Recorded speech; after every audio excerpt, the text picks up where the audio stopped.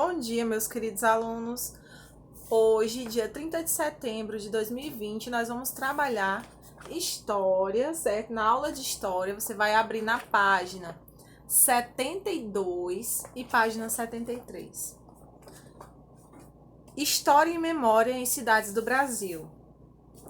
Vocês já observaram que pelas cidades nós encontramos algumas estátuas?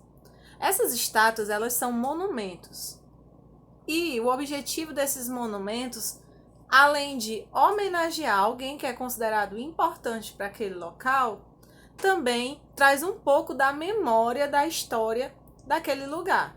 Quando eu passo por um monumento e eu conheço a história, eu tenho a curiosidade de conhecer, eu vou saber que aquela pessoa ela fez alguma coisa em determinado período para a cidade, né? E aí na página 72, nós temos o monumento a Tiradentes, em Minas Gerais. Que nome engraçado, né? Tiradentes. Ai, me lembrei agora, né? Você deve estar lembrando. Inclusive, que nós temos um feriado de Tiradentes, no dia 21 de abril. Que esse homem, além de ter sido importante para Minas Gerais, ele também foi importante para nós aqui em todos os locais do Brasil.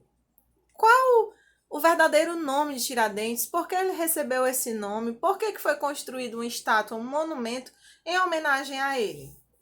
Tiradentes recebeu esse nome por causa do ofício mesmo de tirar dentes, certo? Não era dentista, mas ele já desenvolvia essa atividade. O nome verdadeiro dele é Joaquim José da Silva Xavier. Joaquim José da Silva Xavier.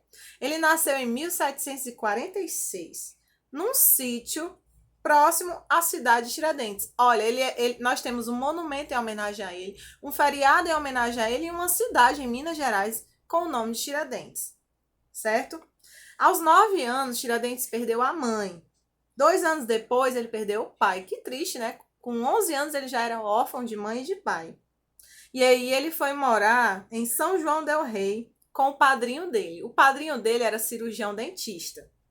E aí, com ele, observando o padrinho trabalhar, ele aprendeu a extrair e colocar dentes.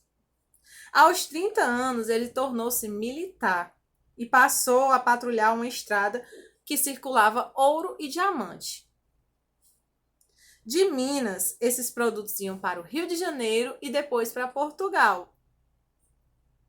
E ele trabalhava muito, mas nunca ele foi promovido, certo? Isso o incomodava. E aí, gente, no período do ouro no Brasil, muitas pessoas vieram de vários locais do mundo, não só do Brasil, lá para a região de Minas Gerais. É tanto que até hoje a cidade de Minas Gerais é muito pequena e muito desorganizada, no sentido de que temos muitas casas num local só, né? Várias pessoas foram para lá, para as minas, tentar ganhar uma vida melhor. Só que todo o ouro que circulava tinha que pagar imposto para Portugal. E nesse período aí, para encurtar a história, nós temos Tiradentes, que se reuniu com algumas pessoas e eles lutaram na chamada Conjuração Mineira, certo? Que foi uma rebelião onde eles queriam que o Brasil se tornasse livre de Portugal. E um dos principais motivos, né, era a questão dos impostos que eles tinham que pagar em ouro. Mas nós temos também as condições de vida, né? O Brasil sempre abandonado, sempre precarizado, certo?